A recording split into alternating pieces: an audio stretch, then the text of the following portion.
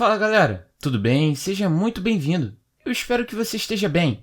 Aqui quem fala é Otávio Roriz, professor de Física e Matemática.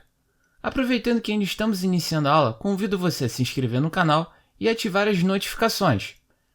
Na aula de hoje eu vou mostrar as etapas para o cálculo do volume efetivo de um cilindro oco, pelo método de propagação de erros. Para você entender tudo o que vai ser feito aqui, é necessário que antes você já tenha visto as aulas anteriores, também tenha feito as listas de exercícios. Se você ainda não fez isso, pausa esse vídeo, vai na playlist de propagação de erros que temos no canal, e vai lá, assiste as videoaulas, faz as listas de exercícios, verifica se você fez direitinho com o gabarito comentado, tira suas dúvidas, e aí sim, volta para essa aula. Vamos começar a aula. Nessa aula, vamos analisar o volume efetivo de um cilindro oco. A figura esquerda da tela é um cilindro oco, ou seja, é um cilindro sólido com raio RE e ele é vazio por dentro.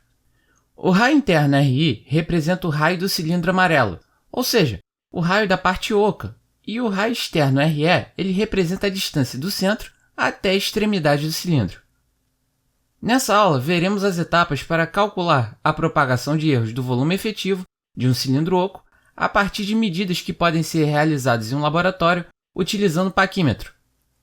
O volume efetivo pode ser calculado como a diferença entre o volume externo e o volume interno da parte oca. O volume externo pode ser calculado como π vezes RE ao quadrado vezes a altura, e o volume da parte oca pode ser calculado como π vezes RI ao quadrado vezes a altura. Para ficar mais organizado, posso colocar também o π vezes H em evidência, veja. Vale enfatizar que as grandezas, raio interno, raio externo e altura, elas não são correlacionadas. A medida da altura não influencia na medida dos raios e a medida dos raios não influencia um ao outro. Para nós calcularmos o volume efetivo utilizando as fórmulas, que foram vistas nas últimas aulas, precisamos analisar a fórmula do volume efetivo e ver quantas propagações de erros teremos que fazer para chegarmos no volume efetivo e na sua incerteza. A primeira propagação será da multiplicação de grandezas. Eu vou fazer RE ao quadrado. A segunda propagação também será de multiplicação de grandezas, só que dessa vez eu vou fazer RI ao quadrado. Agora, a terceira propagação vai ser da subtração. Eu vou fazer Rzão-E menos Rzão-I, que eu vou chamar de ΔR. Já para a próxima propagação, eu vou pegar esse ΔR e vou multiplicar pela altura, que eu vou chamar o resultado dessa multiplicação de V'E. Por fim, eu vou fazer uma propagação da multiplicação de uma grandeza por uma constante. Eu vou multiplicar o V'E por π, e finalmente chegaremos no volume efetivo. Veja que, por esse método, precisaremos aplicar 5 propagações para chegar no volume efetivo e na sua incerteza. Se a gente fosse fazer essa conta, seria uma conta bastante extensa e cansativa. Por derivadas parciais, vamos calcular a propagação uma única vez, mas é necessário que você saiba derivar parcialmente. Nas aulas passadas, vimos essa expressão para duas grandezas diretas, x e y. Agora, eu vou te apresentar um upgrade dessa expressão, onde você vai trabalhar com 3 grandezas diretas, x, y e z. Veja que a expressão ela ficou um pouco maior. E veja que o asterisco verde é uma continuação da expressão pela falta de espaço no quadro. Essa expressão geral é para as grandezas x, y e z. Como nosso objetivo é chegar numa expressão para a incerteza do volume efetivo, estamos trabalhando com as grandezas raio externo, raio interno e altura. Para nós podermos utilizar essa expressão para a nossa questão, a um grosso modo eu vou trocar as letras. Eu vou trocar o x por RE, y por RI e o z por H. No caso, a grandeza U ela vai ser substituída pelo volume efetivo.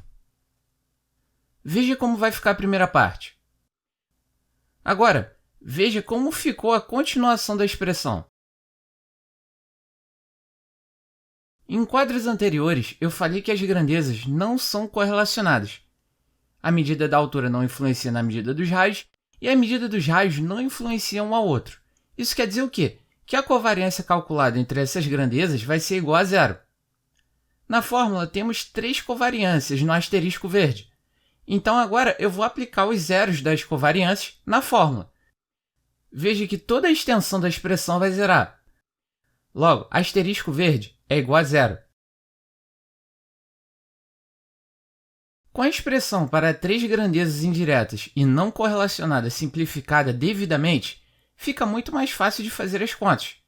Já temos a fórmula para o cálculo do volume efetivo, que é π vezes h vezes RE ao quadrado, menos π vezes h vezes RI ao quadrado. Agora precisamos calcular as derivadas parciais e aplicá-las no ponto médio. df dRE é igual a 2π vezes média de h vezes média de RE. df dRI é igual a menos 2π vezes média de h vezes média de RI. E df dH é igual a π vezes RE ao quadrado menos π vezes RI ao quadrado. Nessa etapa, vamos aplicar os resultados das derivadas na expressão. Veja que vamos precisar elevá-los ao quadrado. Vai ficar assim. Podemos colocar até o 4π ao quadrado vezes h média ao quadrado em evidência. Agora, podemos tirar a raiz e vai ficar assim. Chegamos na fórmula para calcular a incerteza do volume efetivo. O método via fórmulas, você vai precisar fazer 5 propagações, e o método de derivadas parciais, você vai precisar apenas fazer uma propagação, mas requer o conhecimento de derivadas. O método que você vai usar para fazer a questão é você que escolhe. Eu espero que você tenha gostado da aula, eu espero que eu tenha te ajudado de alguma forma, tenha tirado algumas dúvidas suas. Se você gostou da aula, se inscreva no canal, ative as notificações, compartilhe essa aula com seus amigos. Forte abraço, bons estudos e até a próxima!